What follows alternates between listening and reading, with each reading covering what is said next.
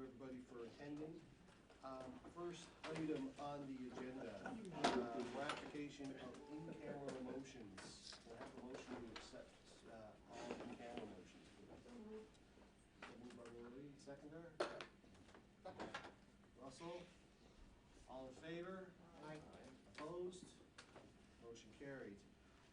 Next item is the approval of the order of business, the approval of additions and deletions.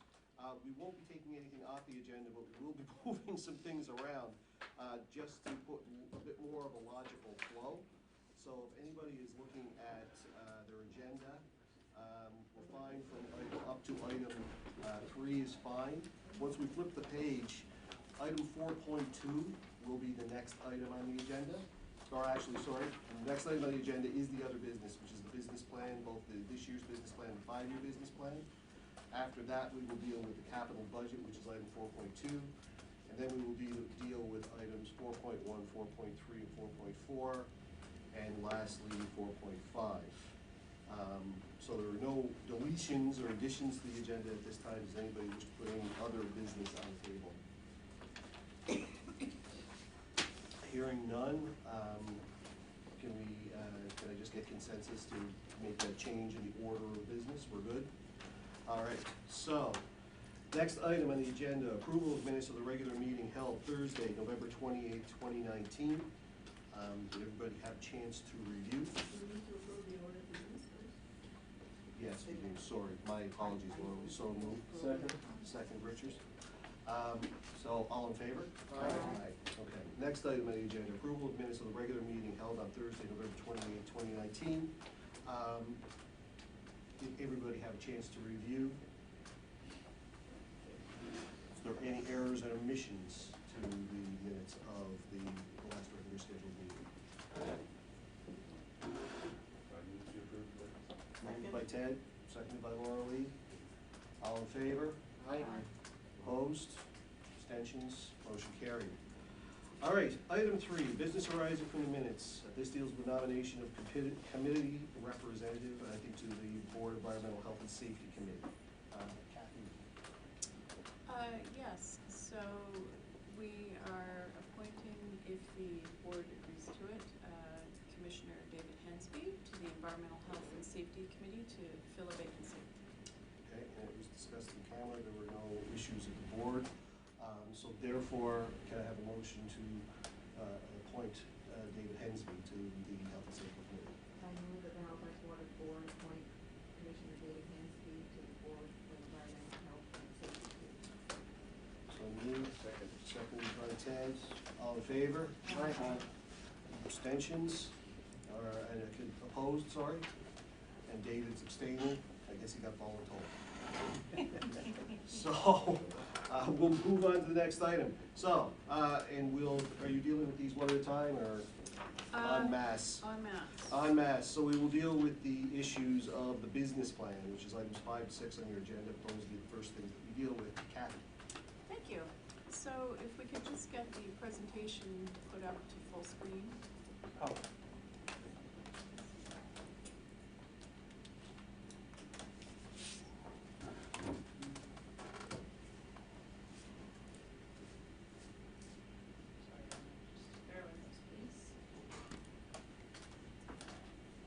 Thank you. And move one back. Great.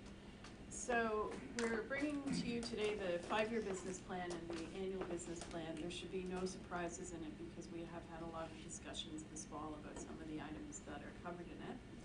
And at the end of the presentation of the business plans, we're going to do the 5-year, we'll talk about the annual, and then we'll just talk briefly about how we will know if we've been successful and how we're going to measure our performance, which is really important. So moving on to the next slide, as background, we're required to do a multi-year business plan to satisfy URB requirements for multi-year rate applications and also annual reporting requirements to the Nova Scotia Utility Review Board because we have to submit rolling 3-year plans for both operating and capital. We're required to do an annual business plan in order to satisfy municipal reporting requirements.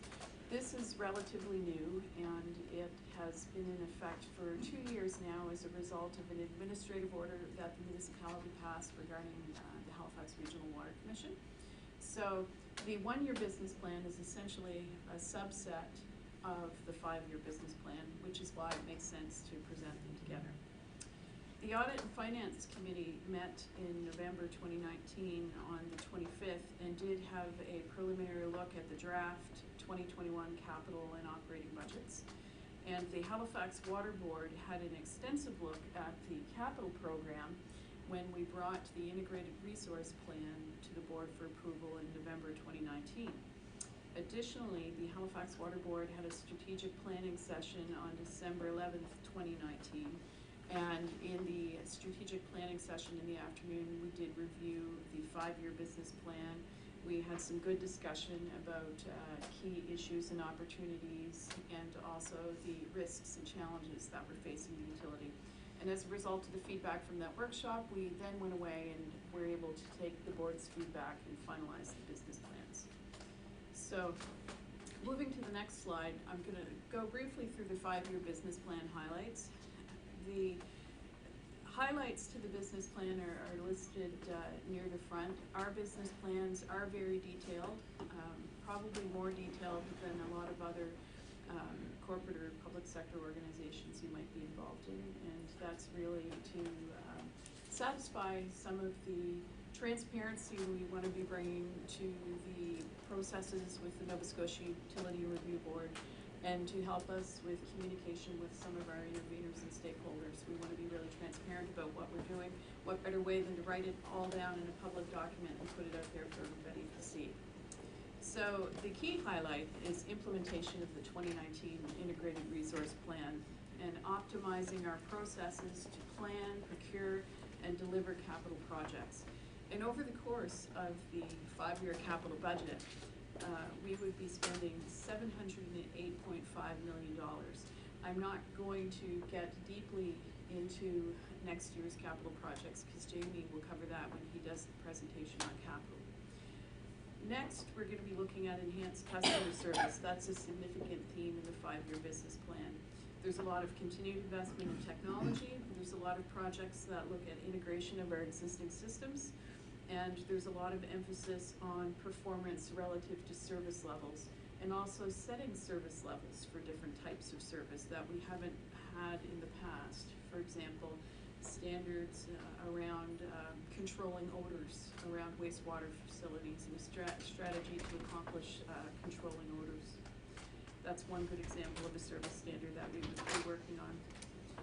Enhanced lead service line replacement program, that's something that the board gave us direction on in November, and that features significantly in our 5-year business plan.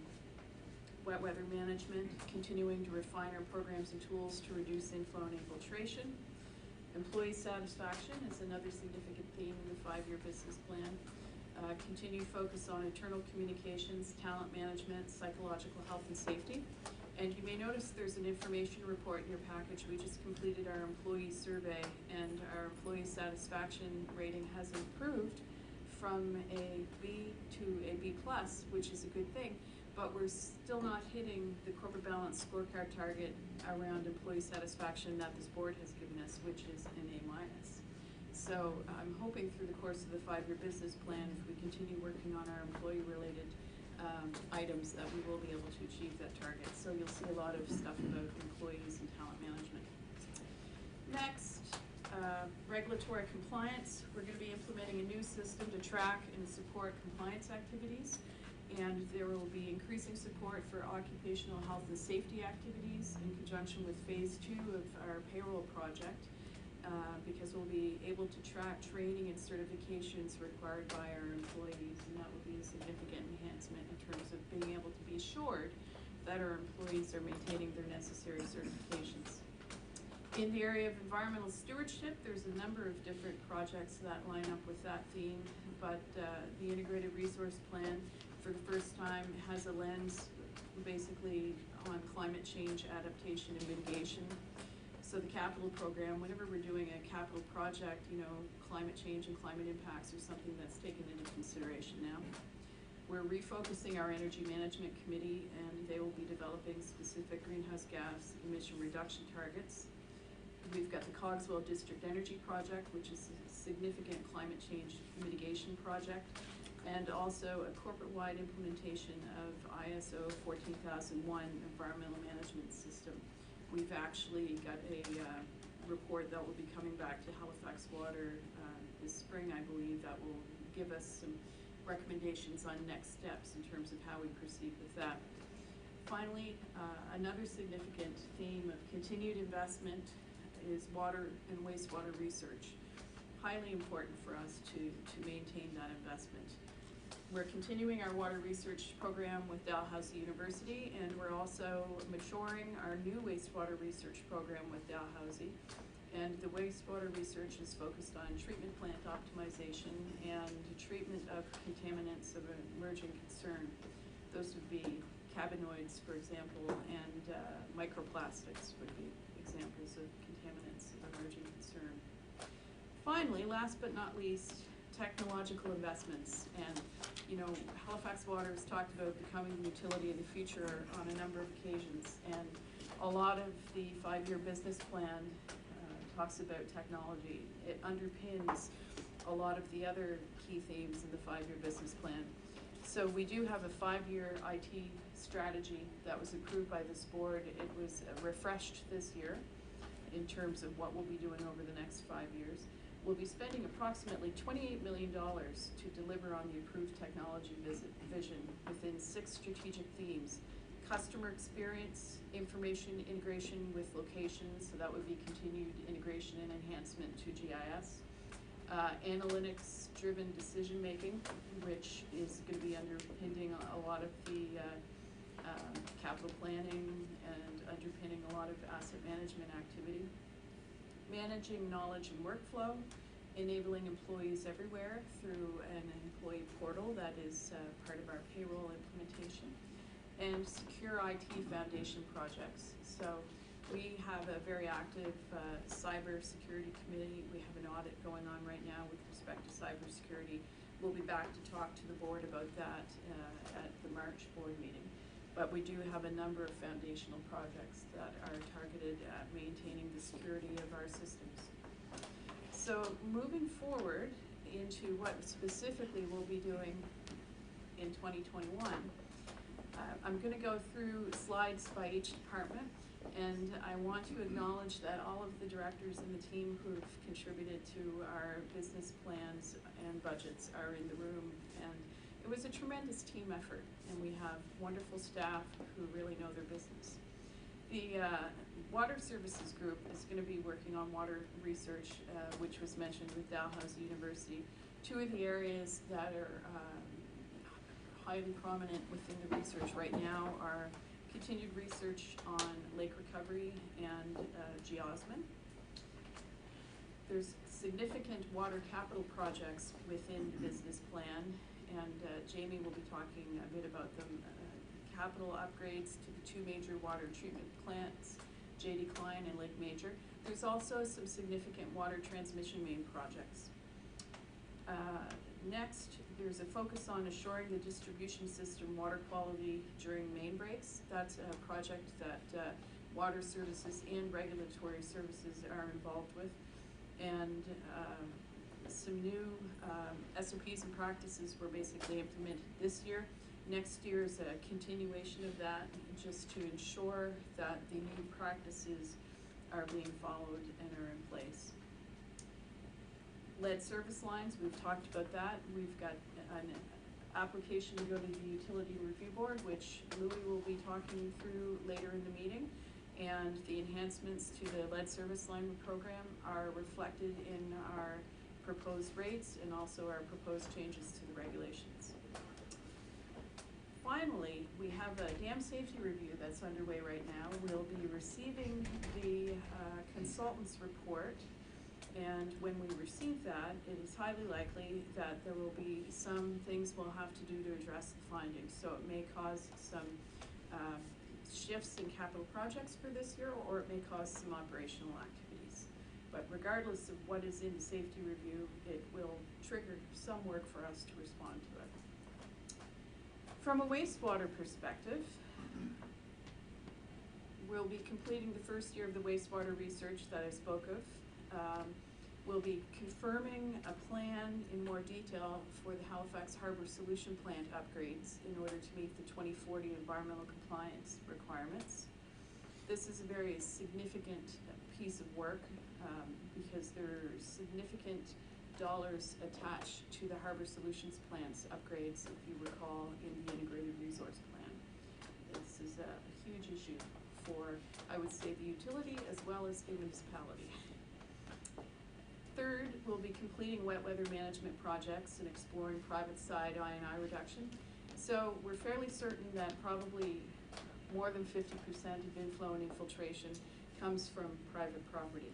So we don't have as much control over it as we would like. So we'll be looking at new policies and tools to help us work with homeowners to incent correction and reduction of inflow and infiltration coming from the private side. Next, we'll be developing a level of service standard for odor and a strategy to achieve it. I mentioned that earlier as an example of customer-focused service standards. We're continuing our interface with the municipality on flooding issues and stormwater management. Stormwater is multi-jurisdictional. And finally, from a wastewater perspective, we'll be evaluating the success of doing large cross-culvert work in-house. We had our preliminary project this fall with a large cross-culvert replacement on Paula Avenue in the Hammonds Plains, and preliminary estimates is that by virtue of doing that work in-house versus outsourcing it, we've probably saved about $20,000. So we think there's a business case to look at doing other sorts of similar capital projects in-house versus outsourcing. Engineering and information services will be very busy next year. We're working on acceptance of the 2019 integrated resource plan. That will be in conjunction with the rate application and in conjunction with the renewal of the regional development charge. We'll be optimizing capital project delivery and trying to improve the percentage of annual capital budget spent. One tool that's going to help that, hopefully, is a new enterprise resource planning system with improved capital funds management, capital project reporting. Next, we'll be obtaining approvals for an East Central Depot consolidation.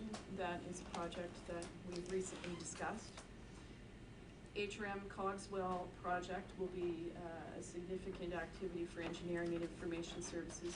This is not the district energy component. This is the redevelopment and relocation of the existing water, wastewater, and stormwater infrastructure that's in that area. So we have some significant involvement with the Cogswell project to ensure that we've got continuity of service while that multi-year project is going on. Delivery of key IT projects, I've already talked about with respect to the 5-year view. The most significant ones next year, however, are implementation of a new payroll system in May, implementation of a new customer portal more towards the end of the year, and we will be awarding a new enterprise resource planning system. So it's probably unlikely we would be implemented next year because those are typically 18-month projects. But there would be a project of staff working on reviewing, documenting, and redesigning essentially all of the utilities' back-of-house business processes in conjunction with a new ERP. With respect to Geographic Information Services, GIS, we've got an important initiative we need to do to update this impervious area. That's to support stormwater service and a review of stormwater billing that will have to occur next year. And finally, we'll be implementing risk-based condition assessment and improved decision-making tools for asset management. Regulatory Services also has a busy year with some URB activity. We're currently in the process of getting approval for updated regional development charges. Once that approval is secured, Regulatory Services will then have to implement the business processes and communication around those new updated charges. Regulatory Services will also be commencing the implementation of corporate-wide environmental management system. or at least having the plan next year in terms of how we will do a phased rollout of a corporate-wide environmental management system. On the keeping business going as usual front, maintaining regulatory compliance and enhancing reporting is on the radar. There'll be a new IT system software with respect to regulatory compliance, tracking and reporting. Ensuring large water plants have the required Nova Scotia environment permits or permission to operate on an ongoing basis is another strategic item that regulatory services will be monitoring. A new permitting system for engineering approvals. We've already talked about ISO a little bit. This is a different ISO standard, evaluating ISO 45001 for safety, which would be looking at the benefits, the pros and cons to us doing the implementation of that ISO standard for our utility. So that's the step we hope to achieve next year. And a separate safety and security related project is completing an updated physical security audit for the utility. And because we operate critical infrastructure, physical security is very important. Finally, regulatory services is going to be concluding some discussions with the Nova Scotia Real Estate Commission with respect to the point of sale process. We would like to get ourselves inserted in the point of sale process to ensure that when a property transaction is occurring, new homeowners are provided information with respect to the possible existence of lead service lines or possible existence of cross connections or any other area of potential non-compliance with Halifax water rules and regulations. And finally, from an administration perspective, the functions that report into the General Manager's office are referred to as administration. We'll be trying to obtain bylaw and approvals for the Cogswell District Energy System. We're going to be proceeding with the next steps in operationalizing enterprise risk management, and that would be starting reporting to the board on enterprise risk management next year. And we're also filling a new position to actually coordinate enterprise risk management monitoring and reporting and also support internal audit function. We're going to be updating our governance manual for the board, and that's to reflect feedback the board gave us at the board workshop, and we're going to be continuing to try to streamline and improve the board reporting with more executive level information, smaller packages hopefully. Finally, we've got some training planned for all new supervisors to the utility who've come within the last 2 years. We're also going to be developing skills for all leaders in providing feedback. That's one of the areas that came out of our employee survey, is that our employees would like to be receiving more feedback from their supervisors. So we want to build some skills to make people comfortable in providing feedback, and also make employees comfortable in asking for feedback. Finally, psychological health and safety. Canada has a psychological health and safety standard now. Very few businesses have formally adopted it. It's not mandatory like other occupational health and safety standards. However, evidence is continuing to show that psychological health and safety is a very important component to overall safety of employees' well-being and employee satisfaction. So we will be doing mandatory training this year for all employees on psychological health and safety. Finally, we're going to be trying to enhance customer communications, and the two strategic customer communication issues, aside from some of our ongoing communication with existing programs like the lead service line program, for example, will be increasing and changing our focus of customer communications because we'll have a rate hearing this year. So we'll be talking about the water and wastewater rate increases. And finally, we'll be doing a lot of stormwater related customer education. And that was a suggestion that the Halifax Water Board raised at the board workshop. There was a request whether we could do more education with customers around the value of stormwater service. what it means from a climate change perspective, how we deliver stormwater service, what it costs. So that's an area that we are going to incorporate within the business plan next year. And our performance. So our performance is measured by a corporate balance scorecard. Each year, the board does approve the targets. We report back in accordance with those targets, usually at the June board meeting. It also gets reported at the annual general meeting in July. We also file an accountability report with Halifax Council annually. We file that usually last week of June, early in July, and it usually goes to council around August. And the performance reporting does get reflected within other regular reporting that we have to file with the Nova Scotia Utility Review Board in June and in September of each year. So at the end of the year, that is how we will be able to measure the success. So our business plan is quite detailed. When we come with the corporate balance scorecard in March for you to set targets, we'll want you to look at those targets and ensure they are good measures that will enable you to judge whether we've accomplished our business plan or not. Thank you. Great. So prior to calling for questions or discussion, just a comment. I want, from the chair, to commend Kathy and her team on excellent work with regards to this business plan. It's ambitious, but I know it's a very capable team, and it gives a great deal of comfort to know that you're still pushing the envelope. In spite of past success, you're still trying to expand beyond that. So you're to be commended for that. Any discussion or questions? Laura Lee. Are we allowed to ask to expand on any of the board items that you presented? You can ask whatever you want. I would like to ask about the wet weather management on private property, to expand on it. As in my other role, I have like 4 cases in my inbox currently, and I would like to have an understanding of what it is that you're going to be looking into.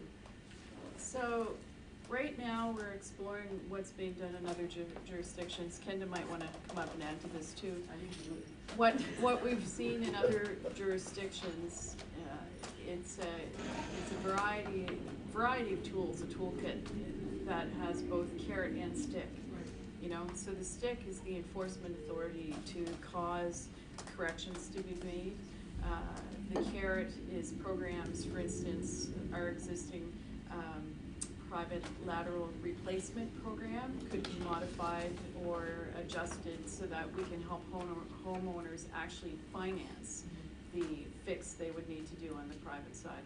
Those would be just a couple of examples. Kendra might have some other examples of what others are doing. And I'm looking for the synergies between the HRM lot grading bylaw and this. Okay, so we're going to be embarking on a pilot program for a couple of reasons. We want to, it's going to be a program that we're in the infancy of mapping out right now, but it's going to go over probably 2 to 3 years.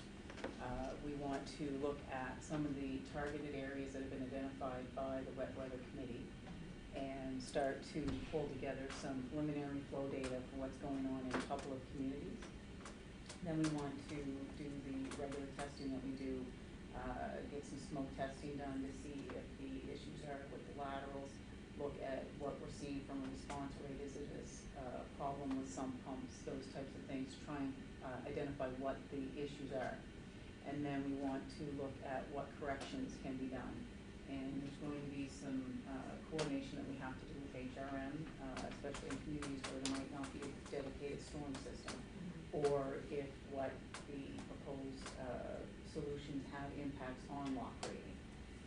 If somebody has to do something on their property, are they going to cause harm to their neighbor? We want to prevent that. Are they going to end up directing water to the street? We don't want to do that because it violates the street bylaw. So there's going to be a lot of coordination amongst our internal staff, but also with HRM on some of the different initiatives. And we have ongoing meetings every 2 months with HRM staff on special technical committee, and we're working with HRM on integrated stormwater bylaw that this board approved 2 years ago, and working on the program that needs to happen. So we're going to be mapping out the steps of what we're going to do and how we plan to do this in a very systematic approach, because we also want to see what the costs are for our efforts, what the costs may be for the homeowner. We're very conscious that these are improvements that somebody may have to do that they may not have budgeted for. And so what programs do we have that they can take advantage of? And then also, how does this impact things that are going on with HRM, and how we can work together on solving that? So we're gonna have more details, but this is the vision as it is right now. Because it's interesting to know, because the evolution of how things have come, and then you became responsible for stormwater management, and a lot of it is the impact from private land. So I look forward to what do you call the weather management? There's the wet weather management program. Thank you. Richard? Yeah, to follow up on that a bit, with two organizations looking after that particular issue, and I have a lot of that going on in the St. Margaret's Bay Road area, where the road upgrades have now made water flowing into those properties on Governor's Lake very vulnerable, and various homeowners are quite frustrated. And with the more rain events coming in, greater downpours, that kind of thing, how do we ensure that we're not pinballing back and forth between one organization to another, saying, no, that's not our responsibility, that's their responsibility? Because I've seen that happen, and the ensuing frustration that happens. Do we have resolution mechanisms that we're going to be looking at to say, this is definitively HRM responsibility? For instance, a new road has been upgraded, and you look at compression changes in hydrographics, water flow, and, or is it a Halifax water situation? So when we do get a call in about private side drainage, we do an investigation. We look to see if there's anything in our system, in the street or off street, that's not functioning properly, and we will address that through our operational programming. If there seems to be a piece that ties into HRM's program, what we are doing is having a conversation with the appropriate HRM staff prior to getting back to the homeowner, because we don't want to just say, that's not our problem, you contact HRM. We want to make sure that when we have the conversation with the homeowner, that the person at HRM that is responsible will be following up with them or following up on the action. And so we're trying to avoid that back and forth with the customer. At the new development stage, there's a number of factors that come into play. HRM staff are responsible for reviewing the overall drainage and everything for stormwater management with new developments. And so they would be looking at that from that perspective, and we'd be looking at the functionality and physical storm system that's going to be built with new developments. And then with the capital programs, there would probably be some analysis that's done, and can't speak to the level of detail that's done on the HRM side from renewals. But we also play a role sometimes if there's impacts to the storm system or improvements that have to happen to the storm system with the capital programs. Jamie's team has an integrated program with HRM Capital as well. And I guess the other aspect of this is, could there be some coordination with HRM regarding when roads are upgraded, at the same time looking at the storm systems or lack of storm systems per se, that there be a greater synergy between sort of building a new road or upgrading an existing road and then having to dig it up again to put storm drainage in, that kind of thing? Did you want to speak to the integration? Sure, just quickly. Jamie Hannum, Director Just quickly. of Engineering and Integration. We do have a standing committee with the municipality on integrated projects, such that when the municipality promotes street improvement programs, we look at our existing infrastructure, water, wastewater, and stormwater, to look at the opportunities to upgrade those infrastructure at the time of street construction. And so that moves along pretty efficiently. Where sometimes there's a challenge is on streets where there really isn't a formal storm system, and there's going to be a street upgrade. There's an interesting debate on the responsibility for the upgrade. For example, if there's a ditch system and somebody wishes to have catch basins, there's a question on, who's to provide the initial investment in the service. and so that's been a bit of an ongoing challenge. But relative to reinvestment in existing infrastructure, we've got a pretty good program in place for that. Thank you.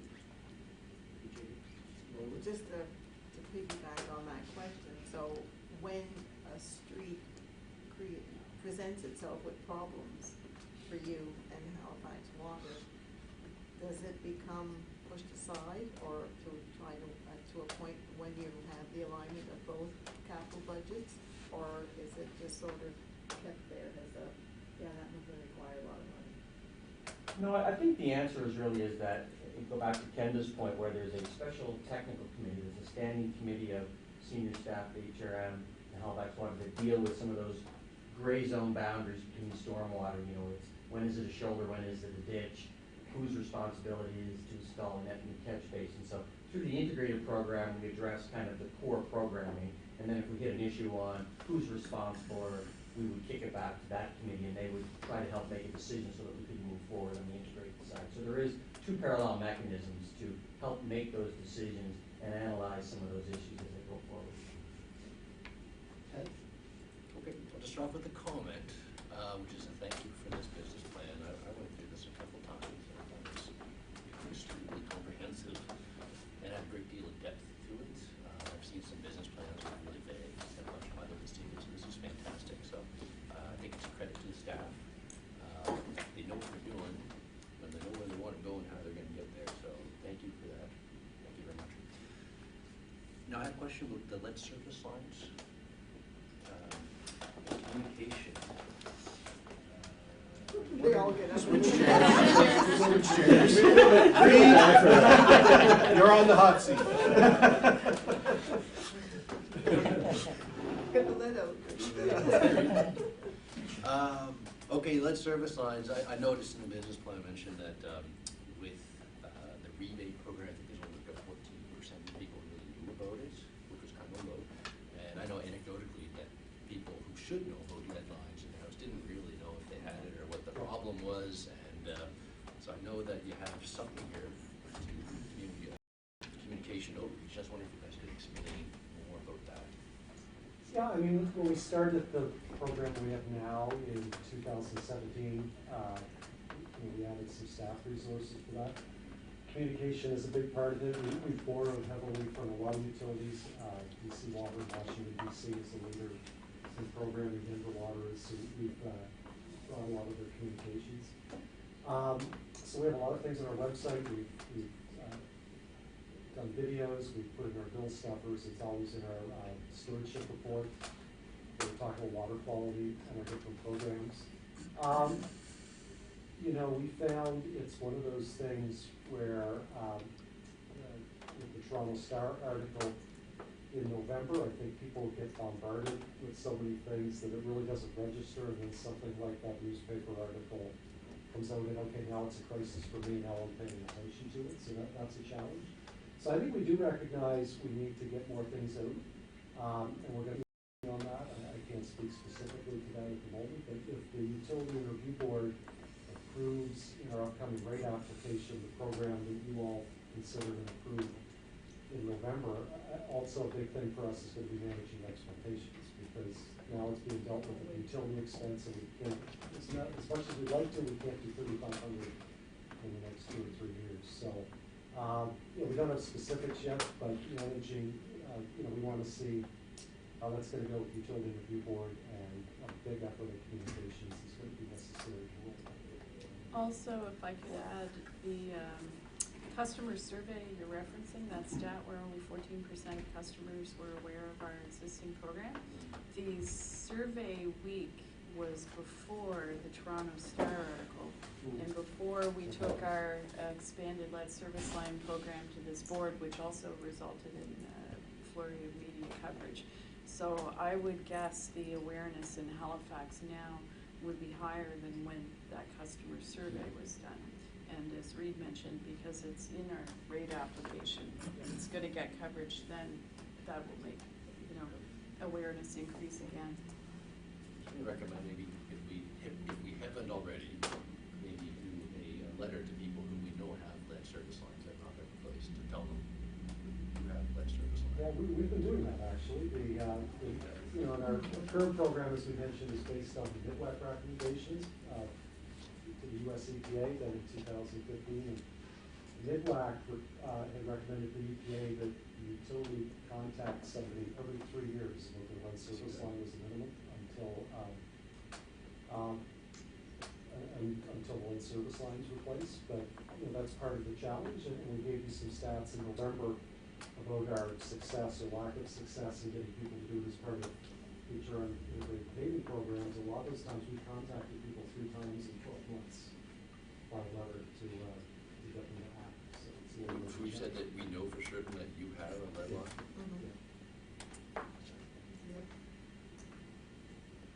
We can send the letter, whether people open it and read it or not is another thing. Which is, that's a good point, but which is unfortunate because you have a lot of multi-units and we're going into, you know, inclusionary zoning and everything else to the property owner that's reluctant to, And that's a challenge. yeah. Anything else, Tom? Thank you. Any other questions or discussion? Okay. Hearing none, the way I think we should probably handle this is 2 separate motions. So I'd first like to address the 5-year business plan, and then we'll move to the 1-year business plan. So can I have a motion with regards to the 5-year business plan, please? So move. Seconder? Colleen? Questions called, motion and seconded. All in favor? Aye. Opposed? Abstentions? Carried. Now with regards to the 2020-21 business plan, can I have a motion to accept, please? So moved. Colleen? Seconder? Ted? Moved and seconded. Called for the question. All in favor? Aye. Opposed? Abstentions? Motion carried. Moving on to item 4.2, proposed 2020-21 capital budget. Mr. Hannum is back. Almost. All right, Mr. Chair, good morning. It's my pleasure to present the 2021 annual capital budget. In your package is item 4.2 of the report, and the attachment is the full proposed capital budget. I have a brief presentation I'll walk through. First, I want to acknowledge that this capital budget in its preliminary form was presented to the Finance and Audit Committee in November. It's substantially unchanged from that point, and with endorsement from Finance and Audit Committee bringing here, I'm making this presentation. So, start with our long-term vision. We've just heard it. I won't repeat it too much, but we've completed our integrated resource plan. It does give us a 30-year vision of an approximate $4 billion spend. That is the great motivation of which then to develop annual and 5-year capital plans. Just as a quick overview, when we talk integrated, what primarily motivates us is the 3 project drivers in our utility, and that is asset renewal, compliance, and growth. So just quickly, asset renewal is the foundational capital program. This is the renewal, rehabilitation, replacement of all of our existing assets at the right appropriate time within their life cycle to ensure the long-term integrity of our infrastructure so that we can deliver our core services. So it's foundational to the utility to keep all of our assets in good condition. However, whilst we're doing that, we're reminded of our 2 other drivers, which is compliance. We have a host of existing regulatory compliance and a vision to emerging regulatory compliance that we need to make capital investments in to stay ahead of. This is an example of a surcharging wastewater sewer where obviously there's a regulatory compliance to not surcharge sewer. So we make investments other than asset renewal to try to keep our infrastructure in compliance. A lot of that is focused at the water and wastewater treatment facilities, but a lot of it gets out into the distribution and collection system as well. So we're renewing our assets, we're keeping them compliant, and then the 3rd driver is growth. Halifax is still experiencing significant population growth within the service boundary, And our commitment is to anticipate that growth and through good master planning, have all of the required expansion of our infrastructure in place to meet that new growth. And so we have an infrastructure master plan that anticipates regional growth, and we integrate those investments. So the integrated part is that we take the opportunity to cost effectively do asset renewal, compliance planning, and growth infrastructure kind of in the same context, so we can deliver all three of those programs. So that is the backdrop.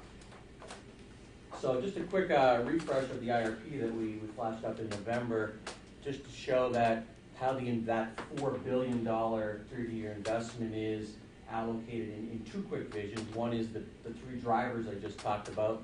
We see that the overwhelming significant investment is in asset renewal, and that makes sense. We have existing assets up and down every single street and utility in the region, and we need to keep those functional. So approximately 68% of our projected investment is in asset renewal, and then the next two chunks are about equal in compliance and growth.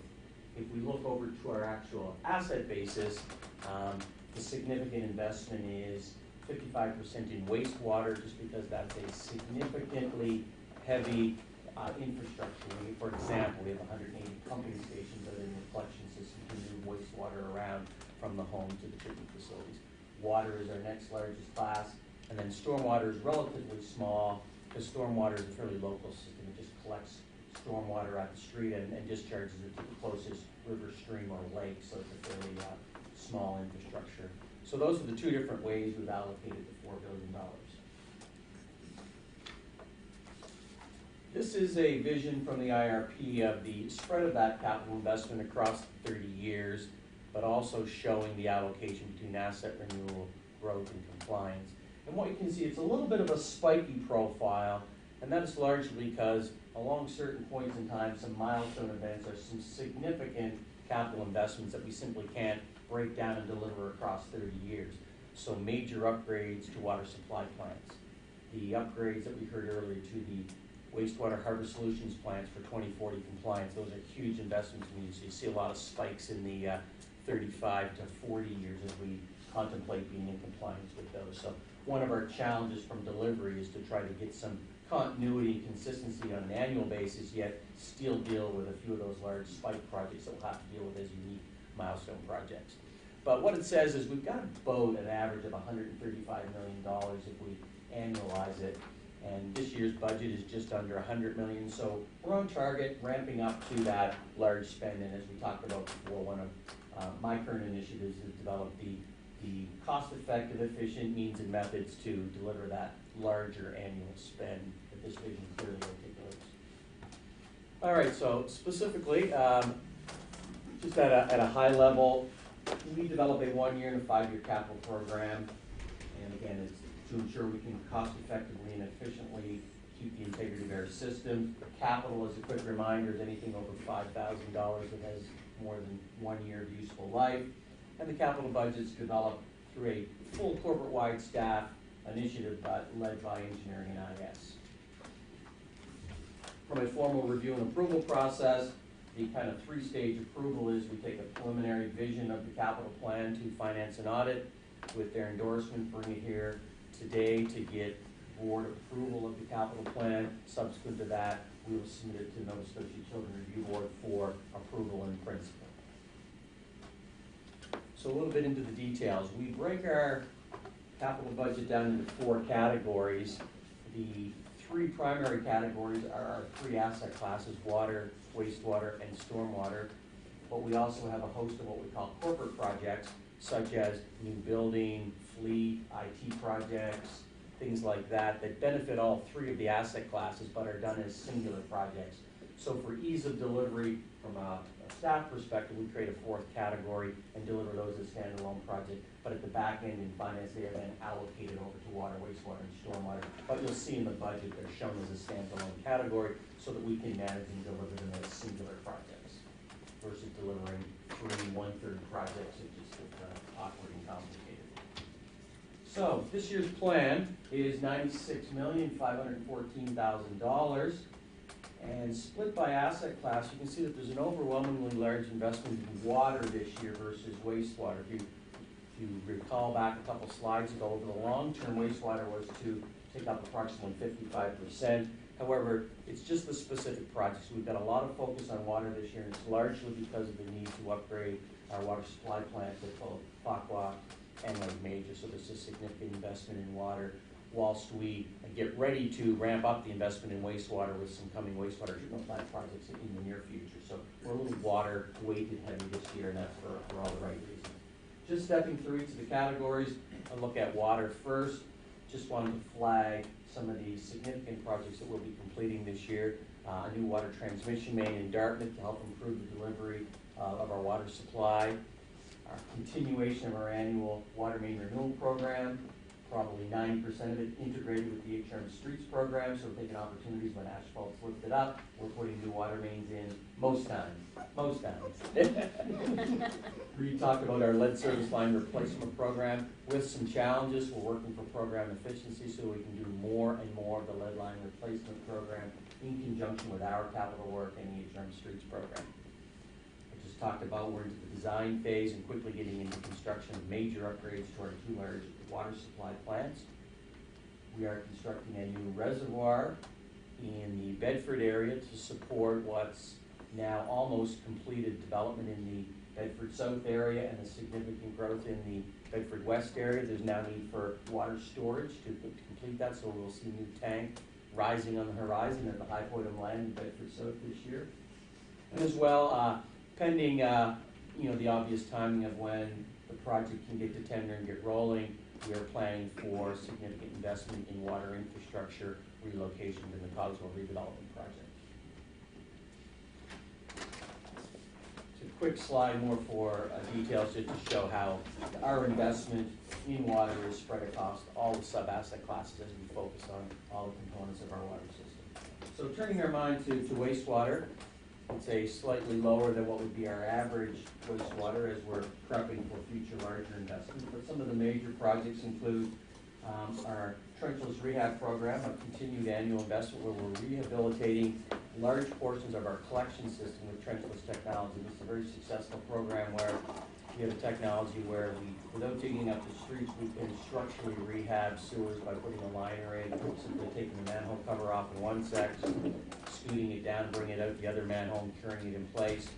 We're probably in the neighborhood of 30% plus or minus of the capital cost of open cut replacement and getting a full structural replacement of the wastewater line. We also invest in a significant amount of wastewater asset renewal in conjunction with the HRM program. We're looking at putting a new pumping station in the Otterport Main Road area of Eastern Passage. We continue a significant investment in wastewater laterals. Halifax Water owns and is responsible for the portion of the lateral between the main and the property line, and given the age profile, significant amount of investment to replace those laterals. We're also beginning some sewer separation programs on the peninsula that are both providing growth capacity and local capacity for new development on the peninsula, and we'll be into neighborhoods like Federal Romans, Bears Road, South Park Street this year with some projects to separate some sewers to provide capacity in the system. And like water, we're making wastewater investments in the Cogswell redevelopment project. This is just a detailed slide. We can pass right by that. Go on to stormwater. Stormwater is our smallest asset class, but critical. We once again integrate with the HRM Streets program for as much stormwater infrastructure upgrades as practical. We have a large investment in driveway and cross culverts. Most of the urban or the rural community that we service have driveway culverts, and we're responsible to replace those upon end of life, and we do a lot of investment in our cross culverts to keep the water flowing. We're in about a fourth year of a multi-year program to replace all of the Ellenville Run retaining wall structure to ensure the integrity of that critical drainage system through central Dartmouth. And again, stormwater investment in the Cogswell redevelopment project. Again, a slide showing the allocation among the subcategories. Now, looking at corporate, these are the projects that benefit all of our asset classes. We're in the third year of a significant IT strategic plan implementation. Kathy spoke to it in the 1 and 5 year project or plan about how important that is. We're also continuing aggressive corporate flow monitoring of our wastewater system. We can't manage the system until we can really measure our system, so a lot of investment in flow monitoring to better understand how wastewater flows so we can make proper operational and capital decisions. We, subject to approvals from this board and the URB, beginning design phase of the new East Central Operations Facility to replace 4 facilities that are at the end of their useful life, and as well as an annual fleet upgrade program to ensure our fleet is operational and is able to hit the road each and every day to support our operational projects. So the detailed budget is attached as attachment 1 to item 4.2, which includes each and every project proposed, and it's in front of you now for your consideration.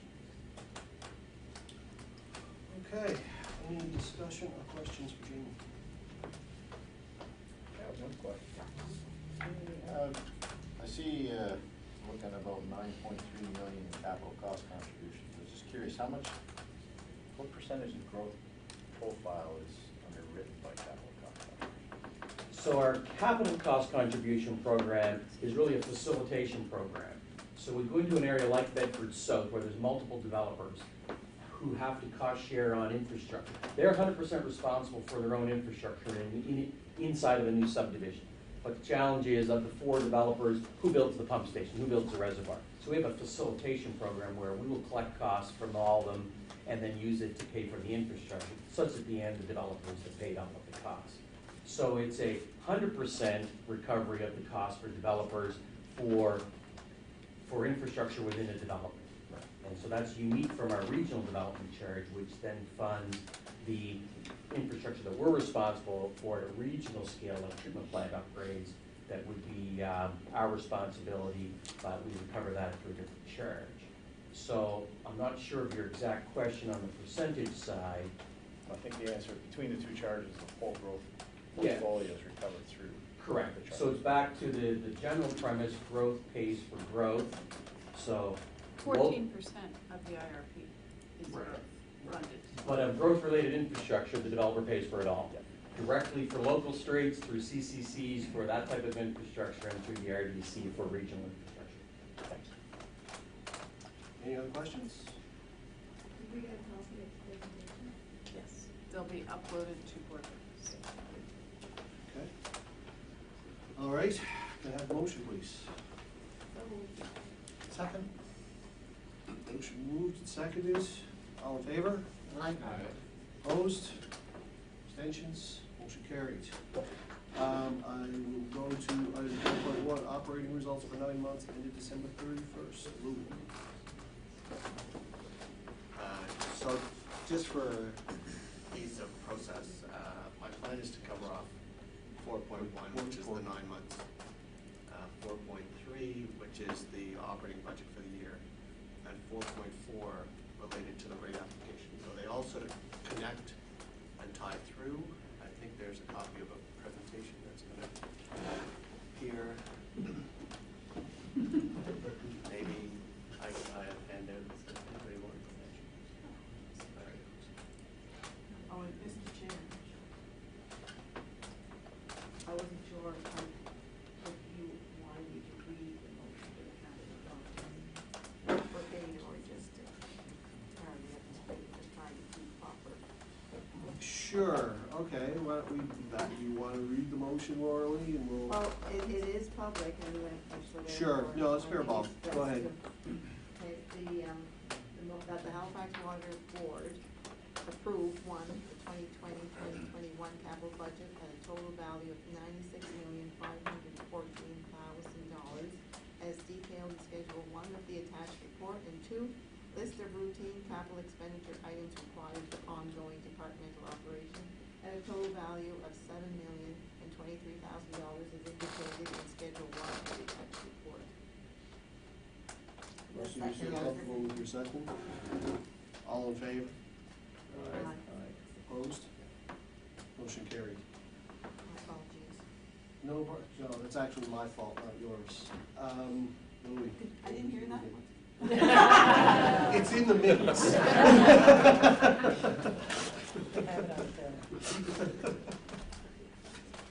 So if I can move on to the next slide. So a little bit of our journey that we're going through in terms of the multiple reports that you're looking at. So the first one related to our forecast, we're going to give you a quick update as to where we stand now. It will lead in obviously to the budget for 2021, which then takes us forward to 21-22, and then our rate application, which is the 2 test years, which will cover both 2021 and 21-22. So a quick update on our forecast. We budget in a couple different ways, primarily before the accrued pension expense, which is the way the UARB will require us to budget. We're budgeting a deficit of about $8.4 million for 1920. Our projections done in December is that we will end up with a operating deficit of closer to $3.2 million. Some of the significant changes, obviously on the operating side, our projections are about $4 million less than our budget, mostly related to a combination of sort of the miscellaneous across the organization adjustments that happen in an organization our size. Our pension costs have gone down, an item we've talked to a couple times over the last couple of months, related to no longer requiring to make approximately $800,000 in special payments as our pension plan is now fully funded. So that has an impact. The other major items has to do with our long-term debt, principal and interest payments. So in terms of as our capital assets come online, the amount that we're required to fund through debt, and it's the appropriate cost in terms of principal and interest come in. They're expected to be $2.3 million lower than previously. The accrued pension expense, which is sort of a more wholesome picture of our whole budget process, we are required to record a liability related to the increase in our future pension benefits. That will impact us this year approximately by about $2.3 million over our budget. That's based on once the actuarial evaluation is done by our actuary. We then go through and they'll give us an estimate of what the future cost should be that we need to accrue for this year. So that's an increase of about $2.3 million. Even with these changes, we are continuing to be project to be under budget for the fiscal year after our accrued pension expenses to the tune of $2.8 million. So that's the forecast. That then leads us into developing the budget for the current year, for 2021. So we look at where we started point with our deficit. We look at, in terms of all the many items that Kathy has raised through the 5-year business plan, we looked at the impact of the capital plan, how the assets coming into service will impact not just our operating and maintenance side of our operations, but also in terms of the depreciation, the long-term debt, our principal and interest payments. So we look at the whole picture, and we end up with what we would have as our proposed 2021 budget. So the key changes that we've highlighted here, on the revenue side, revenue is projected to stay flat from year over year. We're projecting no consumption increase or decrease in 2021. On the operating expense side, we have salary increases, which as an organization our size, you'd expect to see. We have union contracts that have been negotiated, so we have the rate increases associated with those and step increases. We're proposing to add 11.6 full-time equivalent positions into the budget. Those are spread throughout the organization. We look specifically at the energy prices, so we have proposed in our budget that electricity would go up by 6%, our furnace oil costs will go up by 3%, natural gas by 10%, and one of the most significant components for us as an organization is on the cost of our chemicals, so we are budgeting that those increases will be about 5%. One of the next significant items that we look at our depreciation costs related to our assets as they come on stream. We're seeing those increase, or budgeting that those increase about $2.3 million. Will take us to about $27 million in depreciation costs. The debt service costs, we will see increase, and are budgeting for an increase of about 2.7 million. That's related to financing our capital assets. That will increase to take us to almost 31 million. And the other main item that we track in that category would be is the dividend. So that is our dividend that we pay to HRM primarily as a grant in lieu of the taxes. We have proposed that, subject to negotiation being finalized with HRM and approval by the URB, that we will see that dividend increase by almost $1 million from last year, from 1920 to 2021. So a little bit of highlights by each of our three main service areas. On the water side, we're seeing that our revenue would increase about 1%, even though there's no increase in consumption. So there's just various sort of less of the big categories changing, but some of our smaller revenue items increasing there. On the operating expense side, we see them increasing about 2%. The biggest part of those increases would be the depreciation, which falls under that category of about $1 million. The dividend we just talked about $500,000, and then the most significant item we see is the debt servicing side, which we'll see increase by about 2.2 million.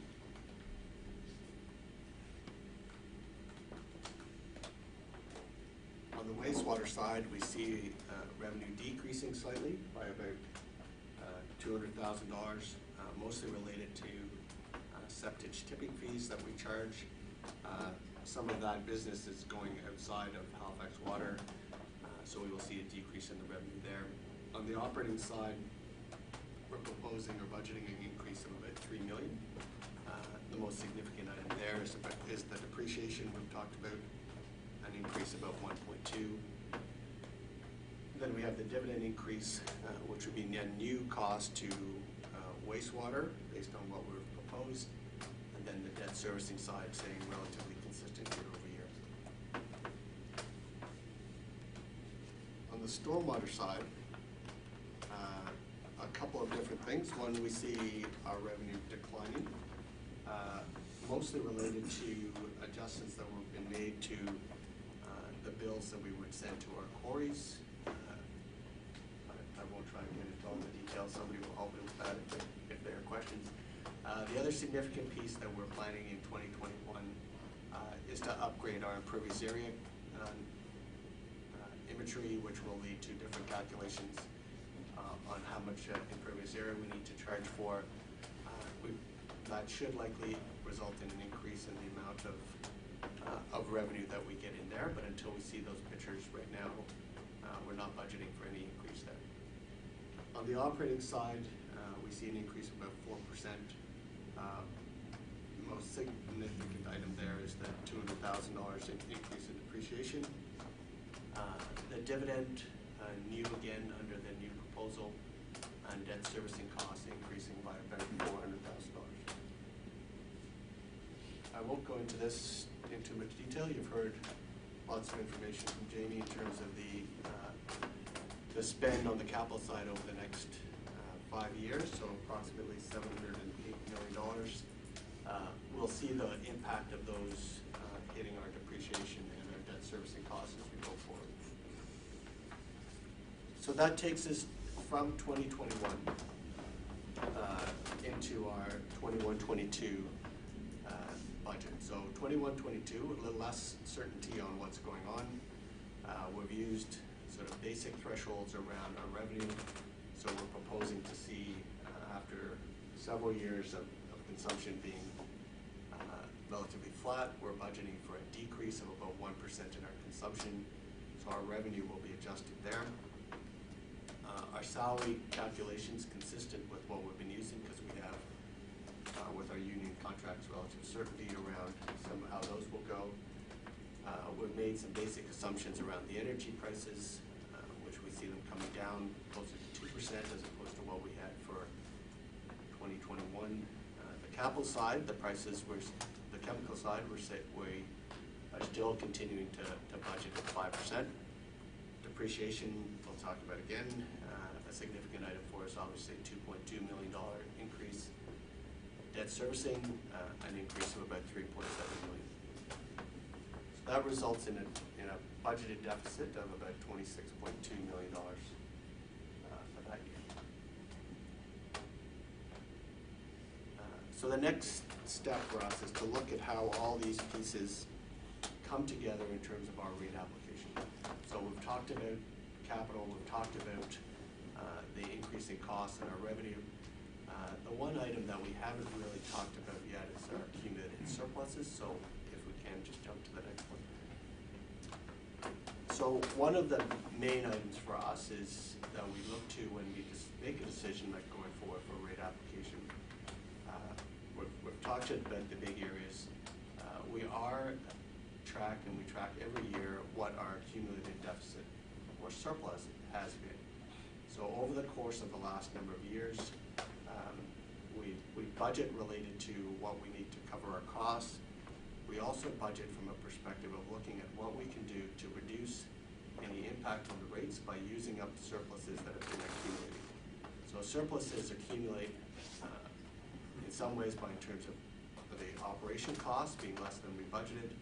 Some of it has to do with the timing of our capital budget. So if our capital doesn't come in exactly the way we thought it would have an impact on our accumulated surpluses. Any debt, like same thing, if we haven't had to go out and get the debt, obviously our costs related to servicing that debt decreases. So we've ended up in the fiscal year, at the end of last year, with a surplus of about $40 million. With the budget or the projected costs we have for this year, we see that coming down a bit based on our budget for 2021 and 21-22.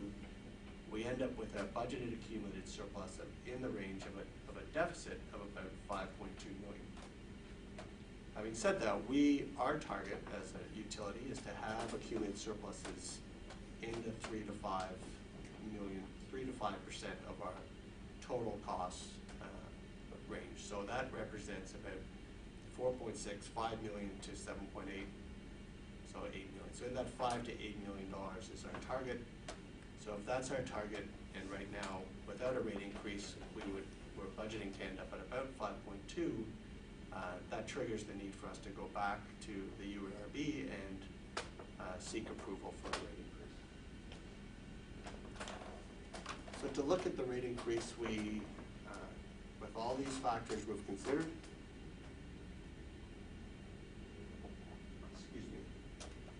we have quite an extensive cost of service manual that we go through that determines how we go about calculating the rates that we require. So scenario one that we did is to take that rate increase, that cost of service manual, put in all the inputs, and that spits out sort of rate increases that we should propose. The second scenario we did is we looked back into that and said, in terms of our base charges, what if we kept our base charges consistent, and then the impact of making all the increases, applying it to the volumetric part, the actual consumption part. So we looked at that scenario. Then the third one, we took the scenario number 2 and we said, okay, what if those rate increases that are generated by that analysis are smooth over the 2 test years, so over 2021, 21, 22. So we have a little bit more information on that. Where we ended up is our proposal here today, and the details in your package are primarily around scenario 3. What we are going to stress at this point is we have not looked at the stormwater side of the business in terms of generating or looking for a rate increase at this point. Once we get the new imagery in terms of determining the new impervious area calculations, we will be doing a similar analysis primarily around the stormwater, and if required, we'll be back here again talking about a potential rate increase related to that.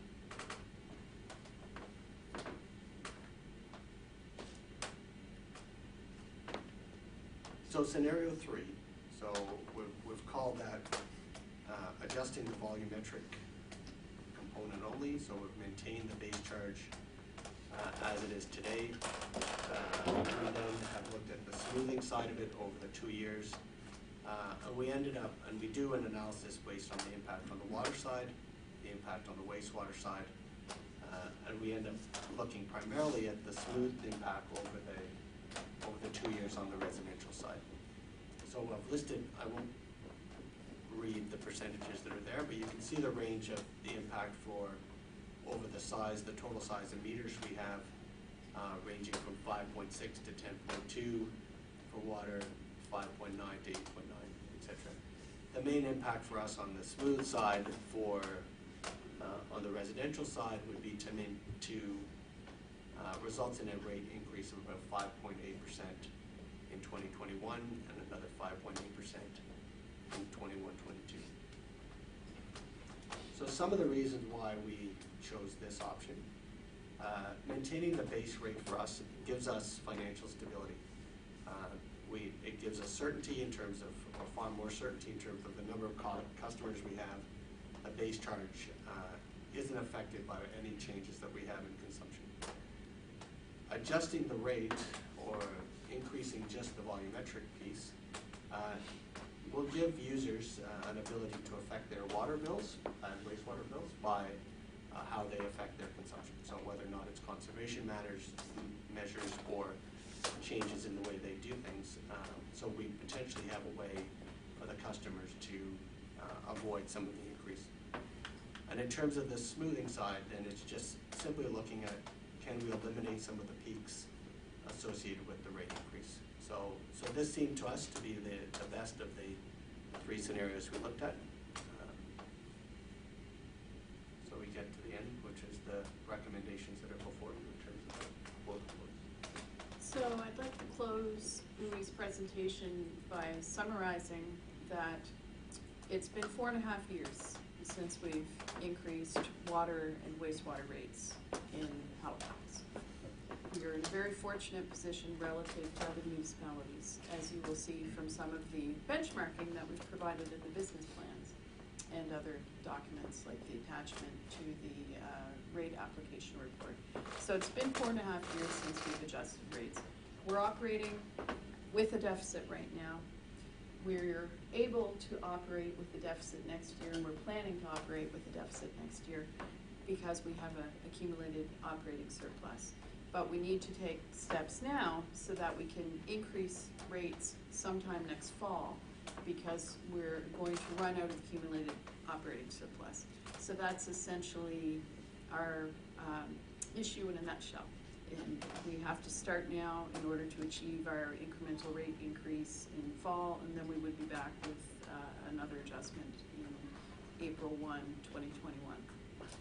Following the conclusion of this rate process with the Nova Scotia Utility Review Board, which is going to take about 6 months, now that we have our integrated resource plan done and our Customer Connect project with improved AMI data, we will likely be looking at getting into more regular and frequent reviews of rates so that we won't be going 4.5 years. We'll be looking at every 2 years doing a smaller incremental adjustment. The reason we've waited so long this time is partially because we had accumulated operating surplus, but we wanted to wait until the 2019 our IRP was done, and we also needed to wait until the Customer Connect project was done. So everything's come together as we had hoped. Any questions or discussion? Lori? Only because I noticed that there's 2 recommendations there, but reflected on the agenda, they're 2 separate items. Yes, and they'll be dealt with. There's general discussion over the course of the three reports, essentially, the information report plus the 2 requirement motions. And Councillor Hensby is en route, and we were having a conversation as to whether he could listen on the way over, which anyone who knows Commissioner Hensby, that he likes to be engaged that way as he heads over. But he can't find it on social media, so he doesn't know how he can listen in. So I think that needs to be promoted a little bit more, especially, and that's the point I'm trying to make, where we understand here, and now that we have public meetings, leading into the public process that is the utility review board. I think for for the residents to have an understanding of where you stand now, and you mentioned private place as to where you were with other jurisdictions, I think that needs to be publicized as much as possible. We could have someone step out and call Counselor Hansby to tell him how to get the YouTube channel on his phone. Yeah. Would you mind doing that, James Campbell? I don't know how much the YouTube channel is being promoted, I guess is what it's the point that Okay. Any other questions for Louis or Pat? This question, I'll make sense to Charlie Thought Road, you explained it, the cumulative operating surplus. Okay, and so I was wondering, if you make these adjustments for the rates to be successful, and how far down the road, you mentioned you do that for maybe a couple of years, so I guess it would be just a few years from now. So that's a question, and the other one is, have you done any projections on considering the 30-year IRP plan, and just how much the rates would be going up? Would that, do you want to do that? Sure. I'll do the first one. So we know in conjunction with this rate application, we had to do an updated water demand analysis. And one of the things in that water demand analysis was a recommendation that we do some further studies and consider moving from our uniform volumetric rate to a tiered rate structure. So increasing block rates, so your volumetric rate would be higher the more water you consume, and more refinement of our customer classes. So we're going for this rate application, and in the rate application, it states that we want to have another year's worth of AMI data after all the customers are on AMI.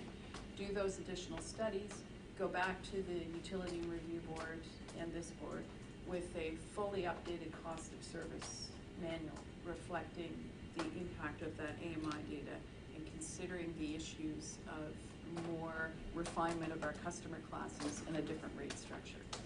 So if we do that, that would be a 2021-22 exercise to review our cost of service and our rates. And then we would be positioned, if we get that approved, that in 22-23, there would be a hearing to adjust the rates in accordance with that new structure or that new model. So we would envision the next rate application will probably be about 2.5 years from now.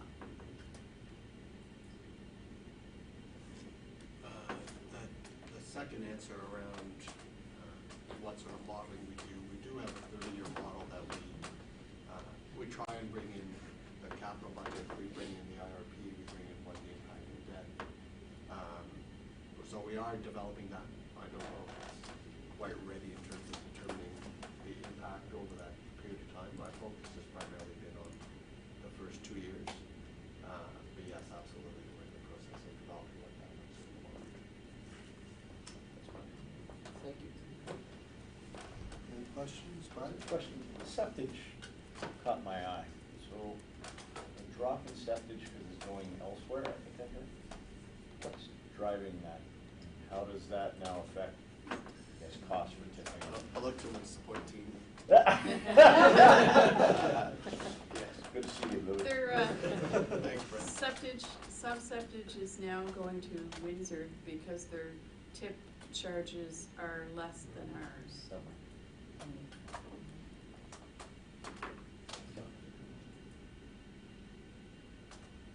Good. All right, can I have a motion? And to Laura Lee's point, we're going to, item 4.1 was for information, so we'll deal with item 4.3.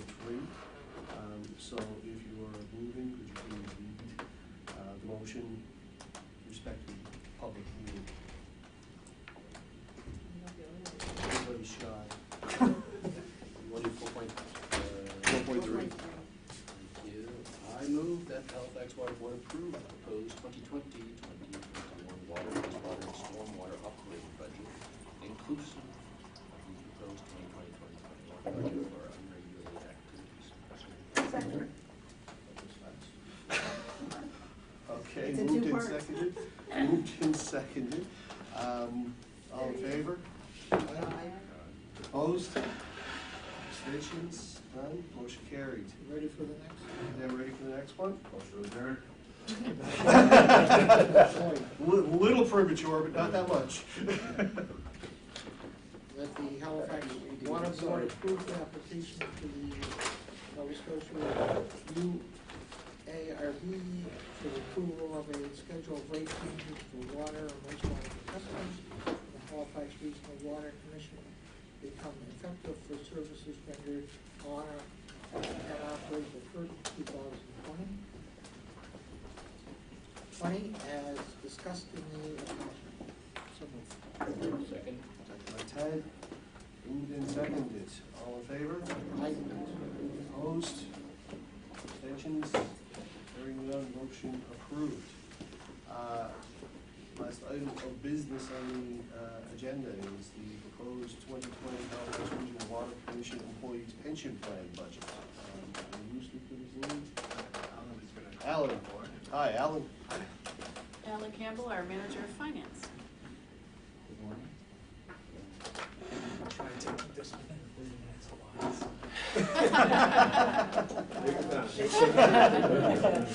Clarification, the agenda says 10. Yeah, I know. So just to put on a sort of a different hat right now, we're gonna talk about the pension, get away from the realm of the water commission per se. The employee pension plan is on a calendar basis, so it runs from January 1st to December 31st. This is 2020 that we're talking about. I know it's been circulated as far as the actual, and it's just a one-page, basically, summary as far as the budget is concerned for the pension plan itself. I'll just review the highlights if you wish. The increase in net assets for the year, the coming year, we're proposing $6.8 million is going to be the increase in net assets for the year. That's approximately about 11.5% increase, or $700,000 over the proposed, or the budget, the approved budget for last year, 2019. As far as incomes to the, or inputs to the pension plan itself, as far as the funding is concerned, we have funding from revenue and also contributions. So I'll just touch on the revenue for a minute. Revenue, basically, our funds are commingled with the HRM Master Trust, as far as, and we own probably about 6.3% of the Master Trust as far as total funding is concerned. And that's broken down basically into two functions as far as the revenue is concerned. We have income from investments, and also we have the increase in the fair market value of the assets. The increase, and over the proposed budget over the approved budget from last year, we're looking at about a 38% increase, or $1.6 million increase from the proposed budget from last year. Most of that is, if you look at the total investment income that we get, the investment income is fairly stable year over year from the Master Trust itself. So I have fair confidence in what we're looking at as far as that aspect.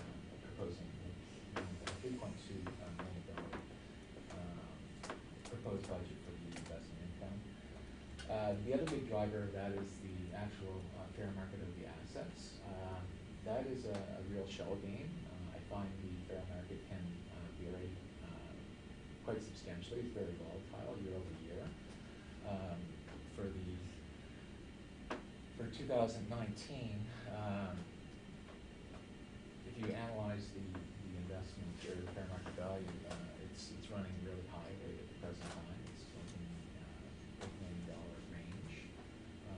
But given circumstances that may occur this year, I know one thing that was on the horizon is the election in the States and in the fall and that stuff. So those sorts of things can sort of play havoc with respect to investments globally and that stuff. So we're relatively conservative, and we're going with $3 million there this year. As far as contributions are concerned, contributions basically come from two sources: the participants, which are basically the employees, and the sponsor pension plan, which is the Halifax Water.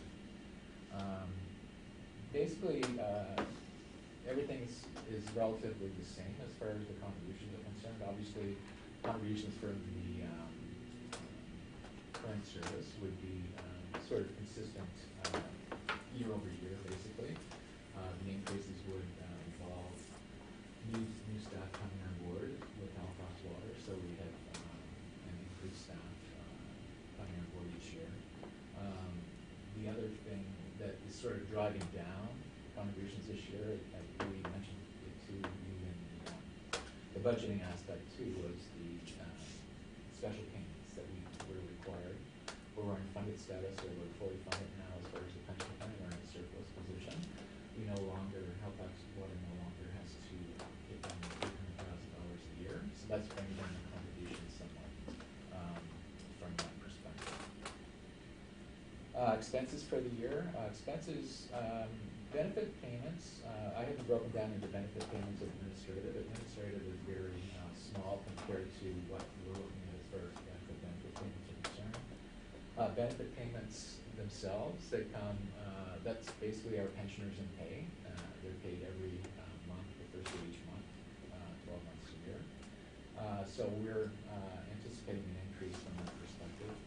I took a quick look this morning. We're probably potentially looking at 14 people going on pension this year from Halifax Water. So we had relatively approximately 13 and 14 last year as well. So I think over the next little while we're going to be getting more pensioners in pay.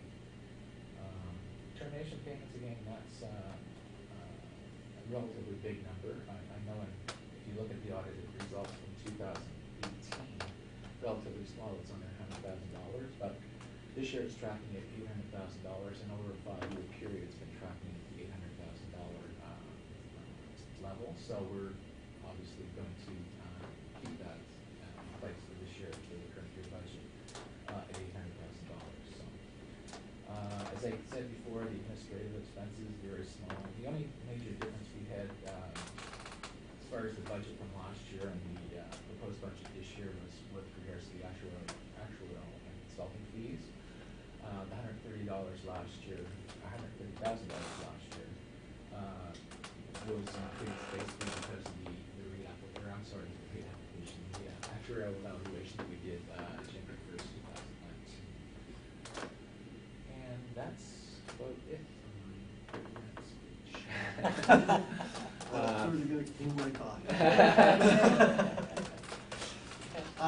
Anybody have any questions for Alan? How often do you have to do the actuarial evaluation? Minimum every 3 years. 3 years would be the maximum we could go. We could go fewer years than that, but that would be a normal situation because we're in a surplus position right now. Unless there was something for us that would sort of pique our interest to sort of hit new rates or something like that in terms of interest rates, but every 3 years would be the next one would be January 1st, 2022. David? Just a couple, just a statistical question. How many employers are paying into the program, and how many people on pension are paying out of the program? As far as active employees right now, I think we're probably in the 470 range. As far as pensioners and pay, we're probably at 155. That would include pensioners and survivors. Okay. I have a motion, please. Colleen? I move that the Halifax Water Board approve the proposed 2020 pension plan budget covering the period January 1st, 2020 to December 31st, 2020. Thank you. Second. Second, David. All right, all in favor? Aye. Opposed? Abstentions? Hearing none, motion carries. I have a motion for adjournment. So moved. Approved. We are adjourned, ladies and gentlemen. Thank you very much. Please don't rush off. I've got something to hand out to the board members. It's our 75th year, pins and mugs, so.